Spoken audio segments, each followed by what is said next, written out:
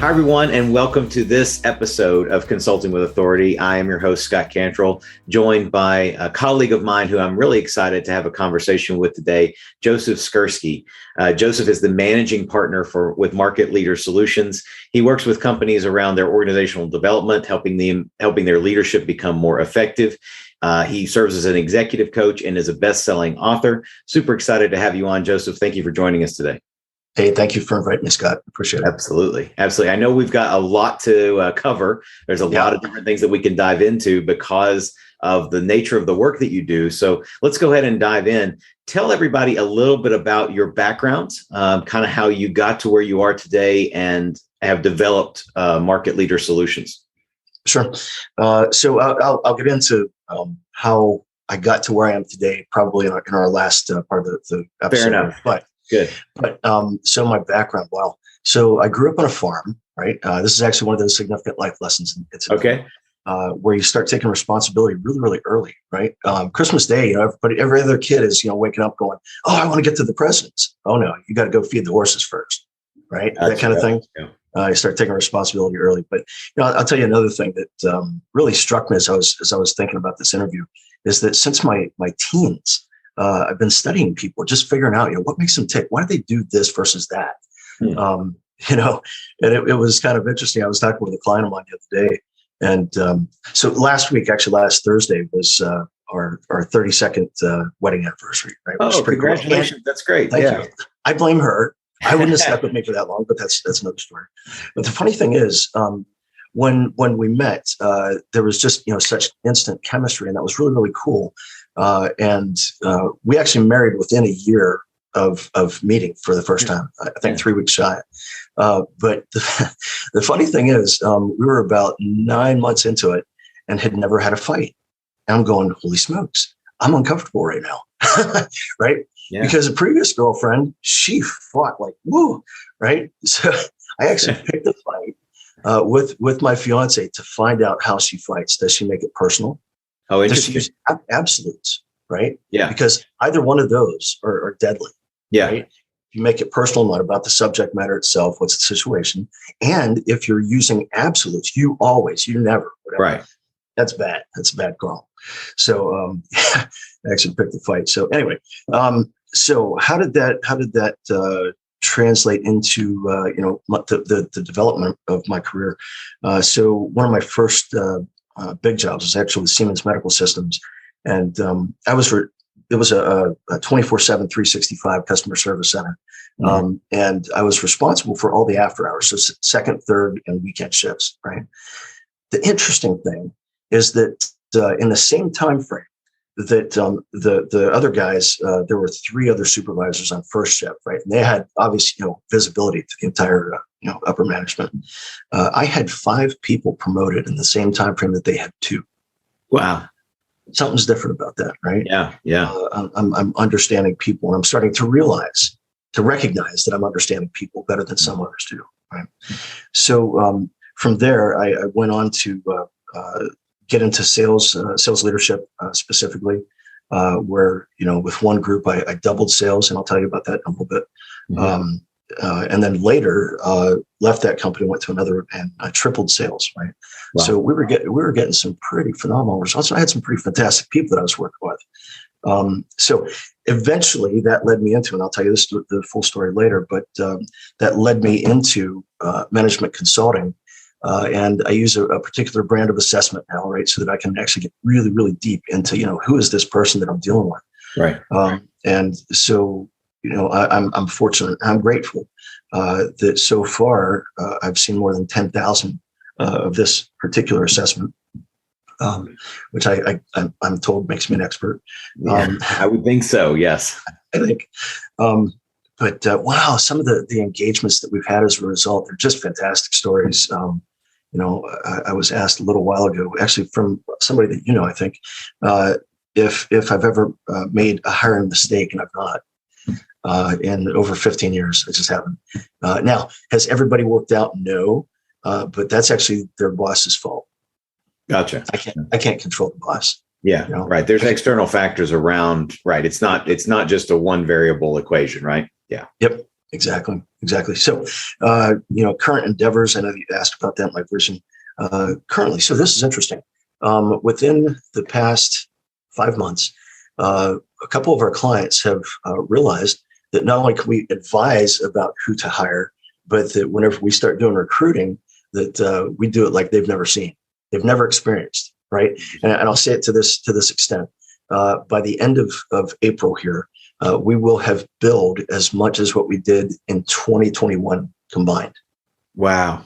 Right. Wow. I mean, once they bit, they bit hard. Right? Yeah. They're like, hey, help us with this. Right? That's cool. So actually, what we're in the process of doing right now is we're splitting out market leader solutions and market leader recruiting. Okay. And my wife is going to be taking over market leader recruiting. Obviously, I'm going to be helping her with that until she's got the full show underway. That's great. So my personal vision, I'm working with another company that you're familiar with, Journey, and I'm also taking a look at a third one called Value Builder, where I'm looking to get into equity plays to help clients actually multiply their sales value, so that whenever they're finally ready to sell their business, they can get multiples of what they are right now, because there's generally a lot of things that they're not quite doing right. And a lot of that actually has to do with the owner, right? There's too much emphasis on that owner in order for the business to stay, correct, survivable, right? So hopefully, I can help those folks, and I'm maybe looking to acquire a couple of companies along the way as well. That's great, man. I love it. And so let's talk about market leader solutions and maybe market leader recruiting as well, because I think. Obviously, one spun off from the other. Give us, in a quick kind of overview sense, tell us a little bit about the nature. I think people have got an idea now, but tell us a little about the nature of the work that you're doing through Market Leader Solutions, and also the types of companies that are sort of in your primary domain, the ones you're primarily targeting, and then the nature of the engagement, the work that you do for them. Sure. Yeah. So that's a really wow. That's a very broad question. I'll tell you why. So we've been in business 15 and a half years. In that time, 100% of our clients have come by referral. Wow. 100%. Now it's awesome, right? Except it's not scalable. That's right. It's hard. It's difficult to predict sometimes. Yeah. Exactly. Right. Again, I'm very grateful for it. So that means that a lot of my clients, I mean, they can be, in so many different industries. Yeah. My goodness gracious. I have a semi-custom home builder. The owner of that company happens to own another. It's what you would call like a prefabricated, like a stick built, except inside of a factory. So they take it out, it's kind of like modular. So they take it out and put it on site. So that's actually how that relationship exists. Let's see. I've got 2 different coatings manufacturers, paint manufacturers. I have a credit union. I have a nonprofit. I have a chiropractor.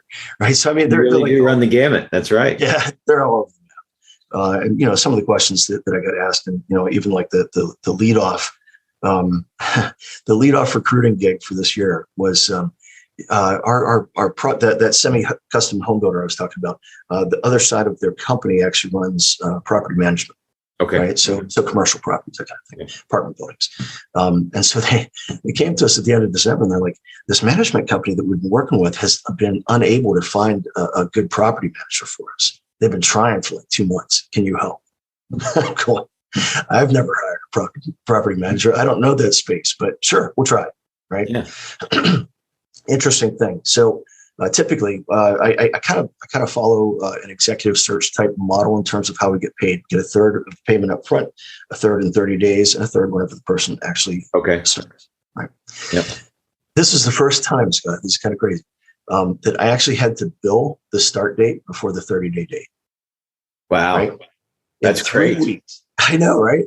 I mean, we must have. Oh my goodness, we must have assessed probably 80 different candidates.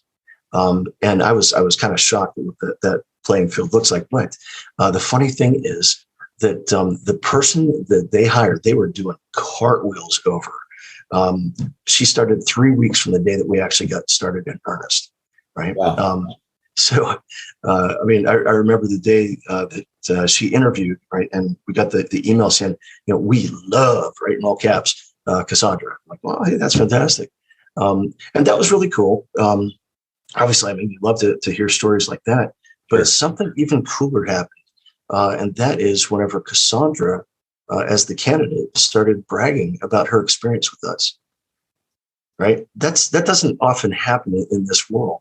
Right. To my understanding, right? Yeah. A lot of people aren't, real keen on recruiters, right? And I understand why, but we treat people. Oh my goodness, especially right, my wife. I'll blame her again. We treat people like human beings, like with the respect that they deserve. Right. It's not just about a job. It's not just about trying to check a box, right? Right. For the purpose of an employer, or even for the purpose of someone who's looking to get hired. You're trying to truly create a meaningful, productive, profitable match for the two. And if you do that, then everybody's going to brag, Yep. and you're going to be busy. Yes. Yeah, I think so. So one of the things that, and I don't know, are you familiar with Sandler Sales? Yes. Yes. Okay. I think we talked about that one time before, but in any event, so one of the things I think I recall from this, it might be exclusive to it, I'm not sure, but where they talked about qualify hard, close easy. You ever heard that term? Yeah. Mm-hmm. Okay. Great. So we use the term, and I've used this since we started Market Leader Solutions, hire hard, manage easy. Yeah. Right. And it's not that the hiring or the recruiting process is like stringent. That's not the point. It's that the standard is high, and I never wave off of it. Gotcha. Right? I've heard, and we've had this conversation that most recruiters. I don't like most recruiters, and most recruiters don't like me. And the reason is because I keep them honest. Right. I don't. I know that especially whenever you're talking about a contingency type recruiting gig, that's basically a foot race to put a warm butt in a seat. Right. Right. Right. It can be. Yeah. Yeah. I absolutely will not do that. Right. Yeah. That's a fool's errand in my opinion. Right.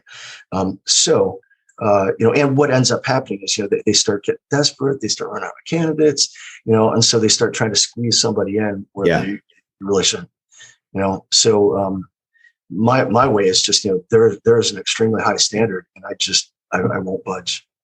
If in fact, I'll tell you this, and I've got one of the recommendations that I have on LinkedIn was a guy that he moved on from that position, but he said, one of the things I appreciate is that he not only tells me what he likes about the candidate, but some of the things that he doesn't like. Anything that he's suspicious of, he'll tell me. Yeah. Right.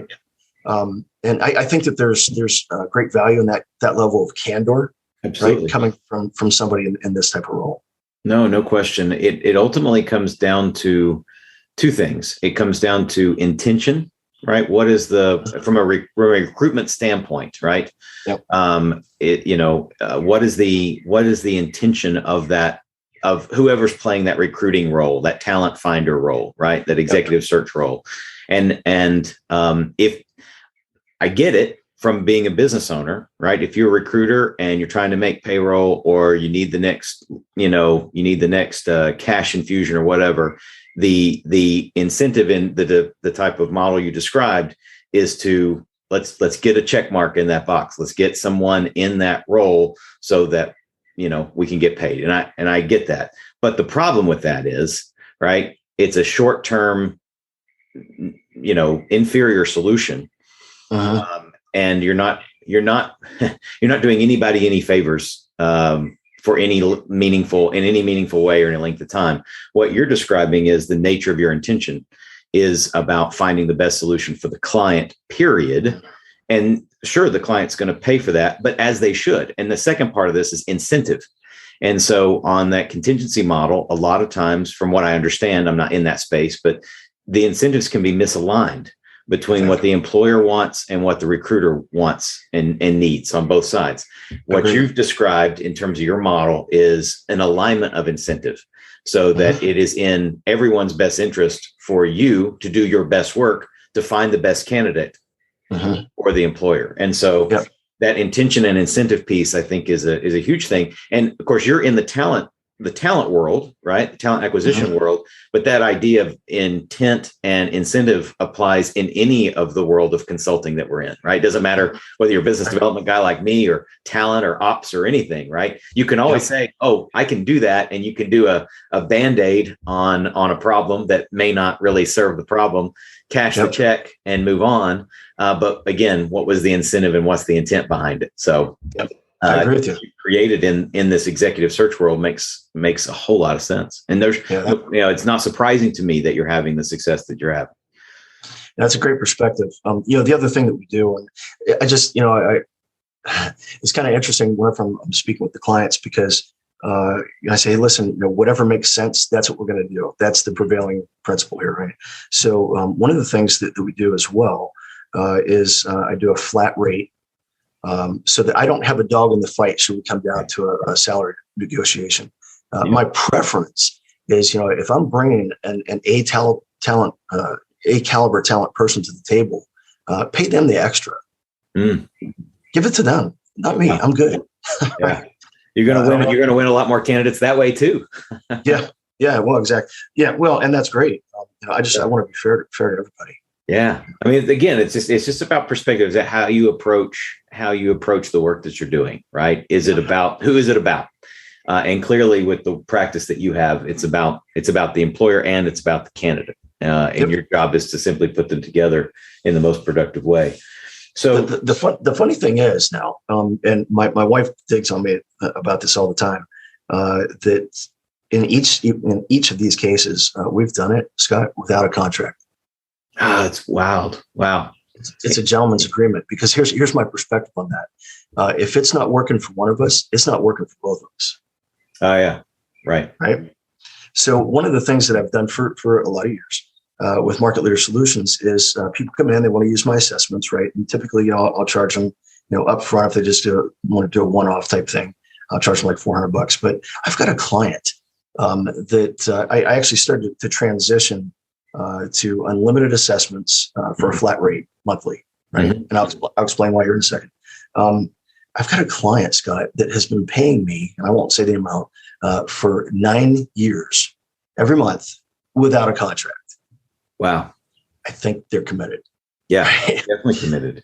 A bunch of years ago. So, I said that, how much the price is if I do a one-off. But so I had a client who was acting penny wise and pound foolish. President of the company, about a 200 employee size company, not huge, but big enough, right? That his time has to be worth something. Doggone, if he didn't interview like 20 candidates to bring, I think it was either 2 or 3 to me, right? And say, hey, Joseph, I want to pay you for these 3. Tell me who I should hire, right? So I evaluate them over the weekend. I come back and I'm like, I got to tell you, brother, all your babies are ugly. I wouldn't hire any one of them. So let's not do this again. Right. So, instead, and even when, we've had just, they're looking to hire one for one role, I'll say, all right, here's a flat rate, go crazy with the assessments, and I'll tell you who to select. Right. So it actually puts their, to your point, puts, our mutual goals in alignment. Yeah. Right? Yeah. That's great. Let me ask this question, just from a advisory process that you have. When you get a referral, right? That's how it's going to come. So when you get a new opportunity and that decision maker is kind of, just walk us through, not in the nitty gritty detail, but in general terms, what's sort of your step-by-step process from the initial, assuming it's initial conversation to the point where you've got that handshake and that gentleman's agreement and they're moving forward. From an advisory standpoint, what's sort of the 1, 2, 3 of that for you? Sure. So the typical engagement starts with, they've been having trouble, hiring for a particular role. Typically, that's what I refer to as a high reward, high risk. So sales management and leadership, right? And so they're going, oh my goodness, we can't find somebody here. Can you help us? Okay, fine. So the first thing I do is have a conversation with the decision maker, right? And sometimes I find some skepticism about our assessment, right? Which happens. Sure. And so I say, well, take the assessment for yourself, and no charge for that. I'll do a comp assessment and debrief with you, and then you figure out, yourself from the inside out. And if I'm saying anything that's out of turn, you'll know it, right? Mm-hmm. If I'm just playing, playing games on you or whatever, typically that results in a pretty quick, yeah, let's get going.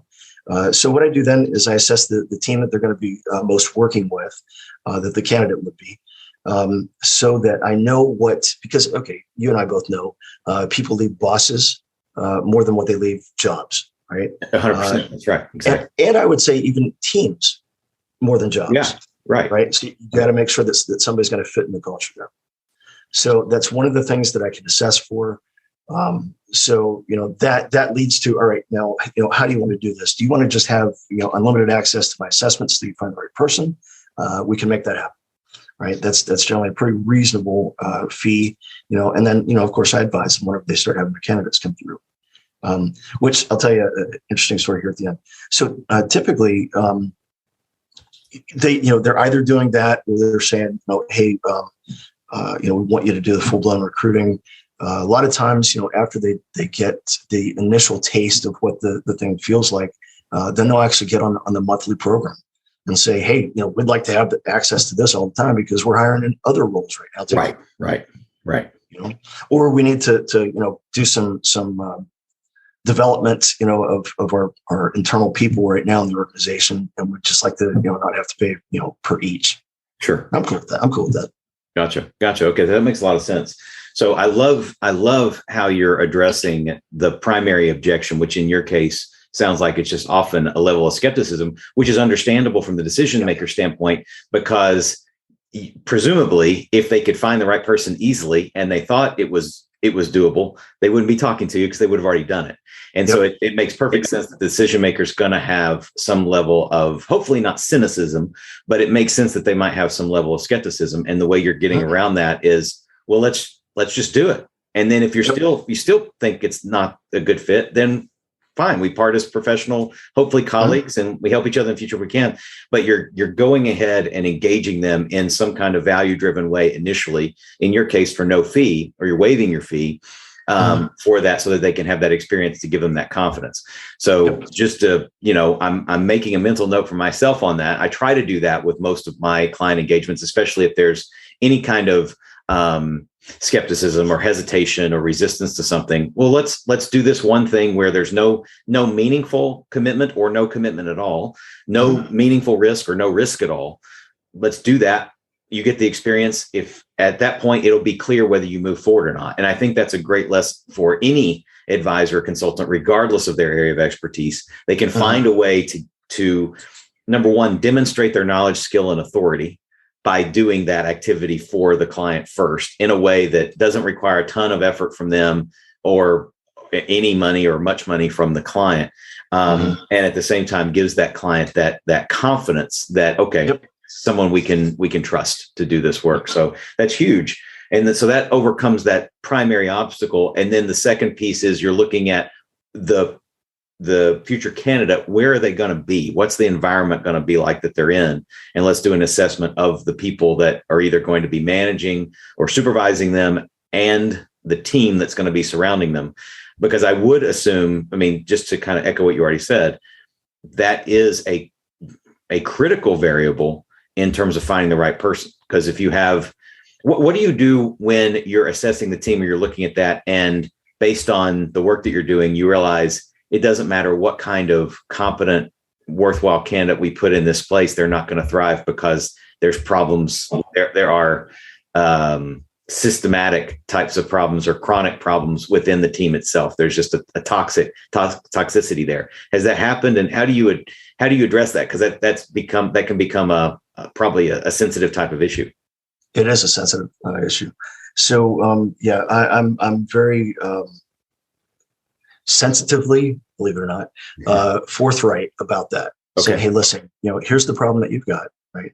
And I've even told some hiring managers, listen, I cannot bring you an A player because an A player would just leave you in a heartbeat. Yeah. Right. Yeah. You can hire B players, and I hate to say that. My goodness, that hurts my head, Scott. No, I understand, right? Because that's not what you're trying to achieve for them, right? Exactly. That's not hire hard, manage easy. Right. It's like hire weak and whatever. Manage hard, yeah, exactly. So yeah, I recall only one time that I've actually taken on an assignment like that, and I didn't like it. Yeah. Yeah. Understood. No, I think this comes back to, your intent and your authenticity in serving in the role that you're in. It comes back to your values and so forth. And I think the key thing is not being afraid. It's a cliche perhaps, but not being afraid to speak truth to power in terms of your client. The client is hiring you for the purpose of fixing this problem. The problem that they perceive is that they have a talent gap here and they need an A player in that role. The real problem you may uncover to be, it doesn't matter what kind of A player you have in that role.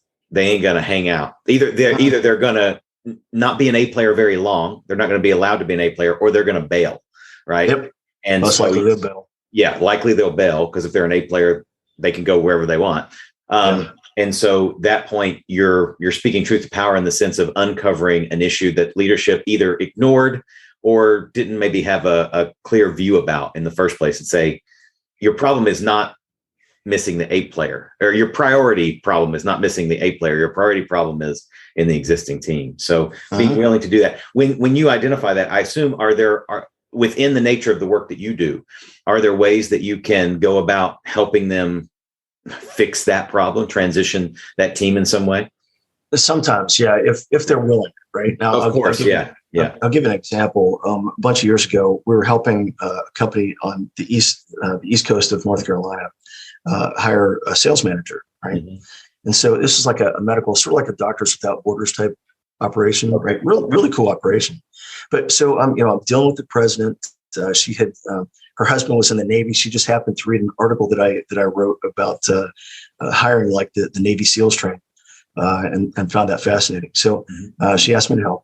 So we go in, I assess everybody on the sales team, and I come back, and this is actually an interesting conclusion. So I come back because they had, I think, 5 salespeople, maybe 6, and the one I'm looking at this going, this doesn't look like a good salesperson to me, right?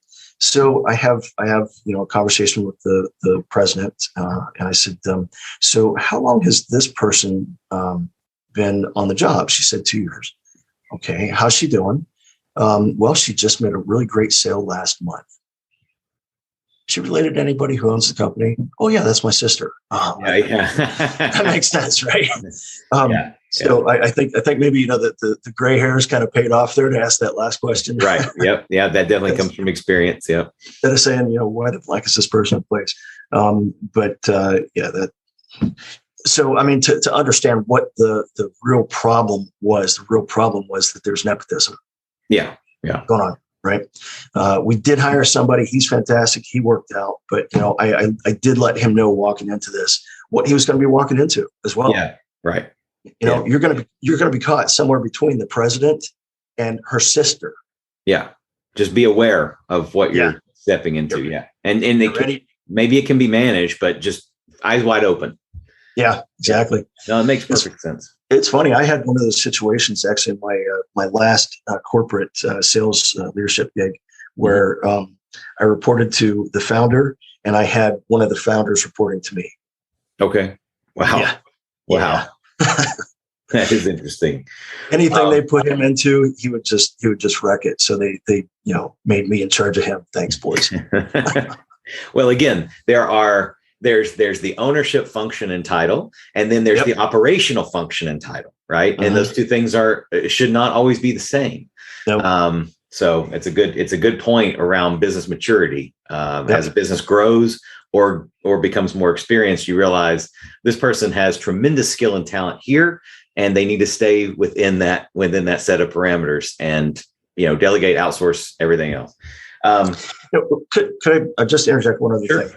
I've had this happen 4 times. There's a particular measurement inside my assessment. I'm not going to say what it is. Okay. But when it happens in over 10,000 assessments, I have never once made a positive recommendation to hire that kind of person. Not because they're a bad person. It's just there's a standard, that one metric, that I can't violate.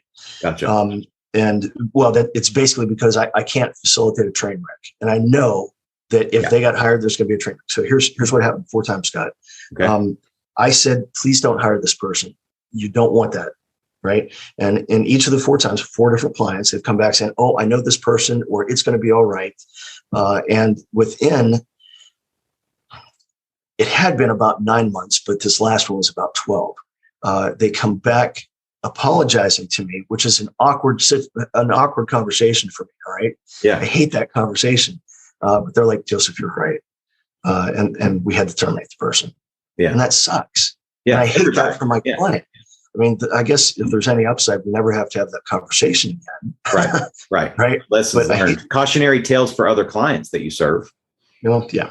Yeah. I just hate that it happened in the first place. Of course. Of course. Well, I think it's especially, probably especially painful in the sense of the role that you're in and the type of work you're doing. We're talking about a person being hired for a job, being there for 9 or 12 months, creating, facilitating the train wreck, as you describe it, that's pretty significant. And in every consulting type of relationship, there's always going to be those clients who say, thank you, but we know better. And then they go down that path, and then they come back and say, we were wrong. Hopefully they come back and say, we were wrong. You were right. Or they never come back at all. And they don't admit it. But in your case, no. I mean, I think that's, again, there is silver lining to those experiences that you've had, but it is annoying that they have to happen. Yeah. Real quick, I want to dive into kind of a tangential type of conversation, but directly still in your wheelhouse here. Mm-hmm. Obviously, a lot of the folks who are listening and watching this are independent business-to-business consultants like you and I are, operating in all kinds of areas of expertise. And to that end, some are going to be solopreneurs. Some are going to be, larger organizations that are maturing and still growing. When you are, what I want to get into a little bit here, Joseph, is just talking about maybe some ways of thinking about how to look for good talent, where to find it. I don't want you to give away any of your process or secret sauce. Obviously, you're available to hire for that purpose, but just any insight that you might give as we're in this crazy world, right, of the great resignation that's been called. I was on the phone with a client yesterday, and they were referring to it as the Great Reckoning.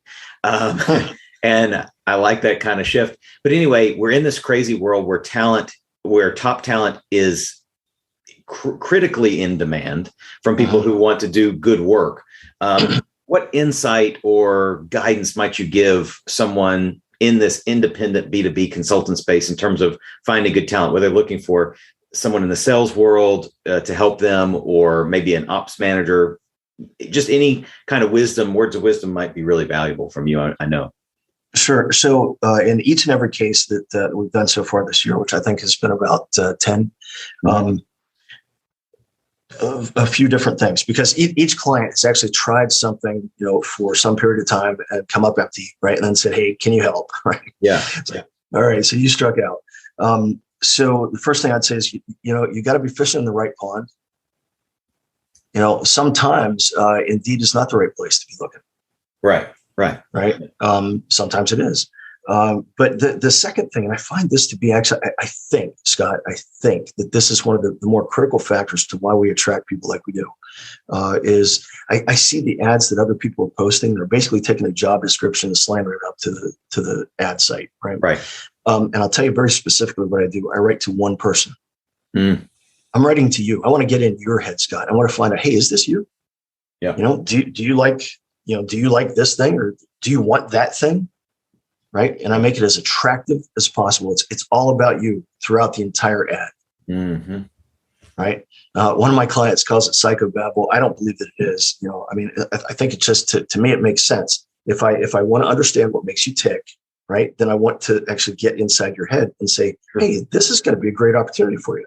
Right. Yeah. And in each of those cases, that one of the things that we also tell candidates is that we don't just want to make sure that you're a good fit for them. We want to make sure that they're a good fit for you. Right. Sure. That's one of the reasons that you're taking this assessment, because this is a significant career move for you. Right. I want to make sure that it's a good one. I want to make sure that you're there for years and happy about it. That kind of thing. That's good. I love that idea of writing to one person in the business development world that I'm in, whether it's sales copy or, general marketing copywriting. One of the lessons is exactly that, is identify who the center of the bullseye in terms of that ideal prospect is. Know as much about that person, that avatar, as you possibly can.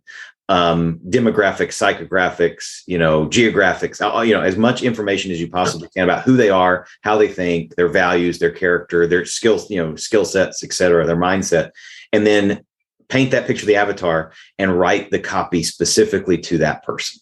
Now, in my world, it's about business development. It's about disqualifying everybody who's not the right fit, qualifying everyone who is, then getting them to take the next step. It sounds like that's, what you've done is you've taken the best of the business development space and you've applied it expertly into the talent search world, where everybody else is to continue the metaphor, where everybody else is the mass marketing. We're just going to pound on you over and over and over again with this bland, blasé, vanilla job description that's commoditized. I'm not trying to blow smoke, but it sounds like you're elevating it into a higher level of science and art in terms of really getting clear on who that person should be, and then disqualifying everybody else to attract the right people. Exactly. Yeah. That's excellent. Here's the other interesting thing, and this is phenomenal. I mean, my head's still kind of spinning about it, but last month we had the fourth, and then the following week, the fifth client who started out wanting to hire just one person for a role, ended up hiring two. Wow. Now, okay, by contrast, I know two different executive search people that in 30 years, they've seen one occurrence each of those. Wow. Those are fifth, man. I'm going, holy smokes. I guess we're doing something different.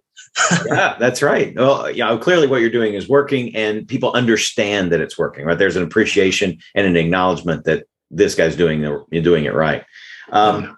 We're coming up on time here, but I want to, first of all, I already got a page and a half of notes. This has been fantastic. So I really appreciate you coming on. I'd love to hear, I always ask my guests this on the podcast, any words of wisdom or lessons learned from your personal and professional life that you think might be beneficial or valuable for everybody listening or watching today? Sure. Yeah. And I was hoping you would ask that question because I actually have a pretty good story about how I got into this business in the first place. Oh, yeah. You mentioned at the beginning. Yeah. Yeah. Good. Yeah. The other interesting thing is that that's actually a life lesson, a significant life lesson. It's one of the questions that I ask during an interview. I want to find somebody who actually learns by principle and then gets to apply it later on. Yeah. It changes their life, right? Because somebody who doesn't is a non-thinker, right? Yeah. And my clients want people who are smart thinkers, good problem solvers. Anyway. Sure. So I told you about my early sales leadership career. Whenever I ran the first, I became director of sales at that. We had like 30 sales reps and about 5 support staff. We were in 5th place out of 6 regions, right? Which sucks, right? Nobody wants to be there. Right? So, not as bad as 6 though, but not as bad as 6, but but it's I still understand. not great. The view is still the same, I think. Exactly. Yeah. So we made some pretty critical changes. We were an inside sales group, so I created a hunter farmer team. We started managing the pipeline better. The most critical thing was a rapid exchange of information. And I know that you're going to find this next time believable, is that in 7 months, we doubled our sales. Wow. With that size of team. Yeah. Wow. Those guys were phenomenal. Right. Okay. So at the end of all that, now suddenly my inside guys are starting to make money like the outside guys are. Right. So my boss's boss comes to me with the 7th brand new and different compensation plan in an 11-month time frame. Right. And I told him what to put number 7, and I may have made a comment about him not belonging to sales leadership. So they fired me. Right. Crap. That sucks. Right. So I took the L. Right. Moved on. So I go to the next company, about half the size sales team, but we tripled revenue in 4 months. Right. Really timely, because there was this company overseas that was looking to acquire. And of course, seeing that kind of momentum, why the heck wouldn't they acquire us? This is a software company. Okay. And so about 6 months after that, the president from overseas comes in and says, "Gentlemen, we no longer sell software tools. We sell software solutions." But, which I could accept, right? He said, "But Joseph, we want you to continue your momentum." And I said, "Wait a minute, you got to pick one. You can't have both," right? And so they fired me, right? So now I'm maybe starting to pick up on some things, right? So, one of the things that I quickly realized that, and I think that this is actually pretty important for an independent consultant, is that if you're not authentic to yourself Yeah. Right. If you cannot speak truth to power, you might be in the wrong role. Okay. Yeah. So today, right, I'll give you an example. My largest client about 4 years ago was looking to hire a CEO. Interesting story about that. 2 years prior to that, they had hired a president that I said, please don't make him president right away. Make him the COO and check in with me in 6 months. And I'll tell you if you should make him president. They didn't listen. They made him president. And so now they're hiring a CEO so they can fire the president. All right, whatever. Gotcha. Yeah. Okay. So these guys, they went out and hired this blue blood executive search firm to find the CEOs. And they start parading them through. This is that client that has been paying me for 9 years without a contract. Okay. Yeah. Right? Oh. So one of the things they asked is, hey, could you do some written reviews on the assessments? And I said, sure. So with this, just backstory, I don't hear any of their backstory. I don't see a resume. I don't see a LinkedIn profile. Nothing. It's a cold read on the assessment. Okay. This one particular candidate, whenever I saw him, I said, this person is manipulative and he's all about appearances, right? And of course, guess who the fan favorite was? So that earned me a conference call with the board of directors to explain myself. So I come to find out that each one of the board members, quirky though they are, took turns asking their, entirely brilliant interview question. And I said, guys, at the point where you asked that question, you sacrificed your objectivity, you became subjective, and all kinds of things were dancing around right in front of your face that you didn't see. And chances are it's the same stuff that I just said. So bring me out for the second round of interviews and I'll show it to you. Right. So they did. So it was interesting because, I set the owner of the company up with the scripted interview and follow-up questions and everything else. And I allowed one board member to ask a question, just one question. Mm-hmm. So, but I said, hey, at 45 minutes, turn and ask if I have a question. If I do, or first of all, if I don't, then my answer is unequivocally no. If I do, I'm going to show you something that you missed. Right. Yeah. So I go, hey, listen, could you give me some of the details about this one particular thing that you keep bragging on, which I'd really love to hear. Tell me what your challenges are, what your just why you made this decision versus that. Yeah. So I get this really, 30,000 foot, very PC answer. And, after about 90 seconds, I'm like, time out. You don't understand the question I'm asking. I want to know the nitty gritty details, right? I know this is a coatings company, right? I know that this board has asked previous candidates, what is the percent of red in XYZ product, right? Which is not a boardroom conversation, incidentally, right? But these guys are that anal. If he answers questions like that in his next board meeting, that'll be his next to last board meeting.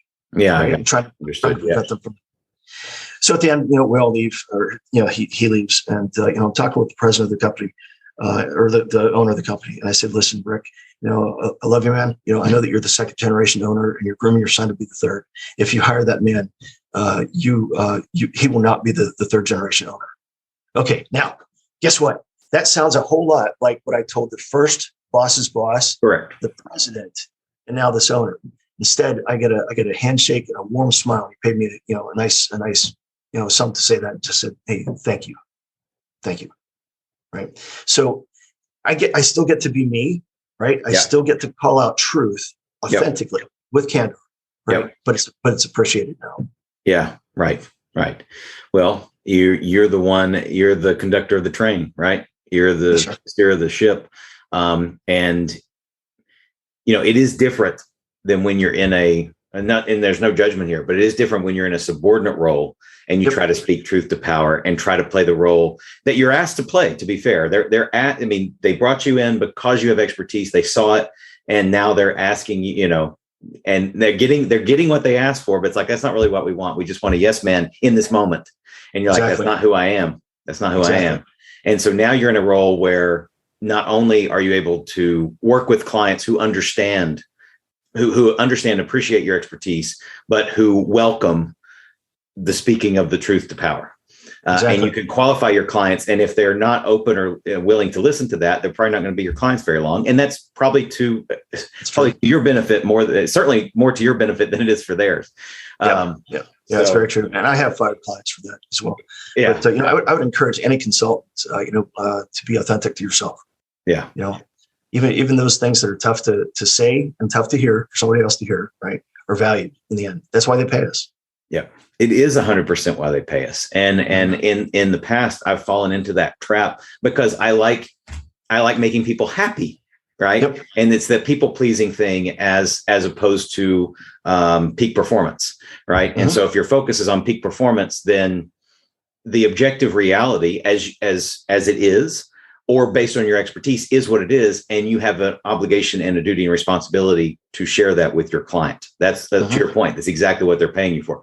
They should not be paying you to make themselves feel better. If that's why they're paying you, then you're probably in the wrong profession or doing the wrong thing, or or they're the wrong client, and that's it, right? They're the wrong client, most likely. They can go hire a yes man or get a dog if they want to feel better about themselves. I think it's a great reminder for all of us, because it is easy for us to fall into that trap, even casually. And the reminder is, how much more effective and valuable and impactful are we going to be when we're willing to own that responsibility and be authentic to ourselves and be authentic to the expertise that they're hiring us to get. So it's a great reminder. This has been fantastic. If someone wants to learn more about the work that you're doing, maybe they are interested in bringing you into a client, that the organization they're already working with, what's the best way for them to learn more about your work, get a hold of you, that type of thing? Sure. Well, I mean, LinkedIn, obviously, I never reject invitations. Right. Gotcha. Sure. Otherwise, I mean, go to my website. Actually, if you go to marketleadersolutions.com/calendar, okay. I'm completely open. I am, an open networker. So that's great. That's great. I was glad to chat. And I've been thrilled that we were able to reconnect. I know we connected a while back prior to reconnecting, prior to this interview. So just glad that you're back in the network, and look forward to staying in touch. Joseph, again, I can't thank you enough for carving out the time and sharing some fantastic expertise and wisdom today with everybody. Hey, thank you, Scott. I appreciate it. Absolutely. For Consulting with Authority, this is Scott Cantrell, as always, wishing you all the best of success. Thank you for listening. I hope you got a ton of value out of this episode. And before we go, I want to thank the sponsor of our show, Smart Solutions Media. Smart Solutions Media empowers business owners, consultants, and other independent professionals to easily attract better prospects and transform them into long-term clients. If you're a B2B consultant or service professional and would like to start filling your pipeline with better quality prospects, visit us on the web at smartsolutionsmedia.com to learn more about what we can do to help you. Be sure to complete the short 2-minute accelerated growth scorecard you can find on the website, and you'll receive a complimentary strategy session where we'll give you specific insights and recommendations to help you attract high-value clients. Until next time, make sure you are consulting with authority.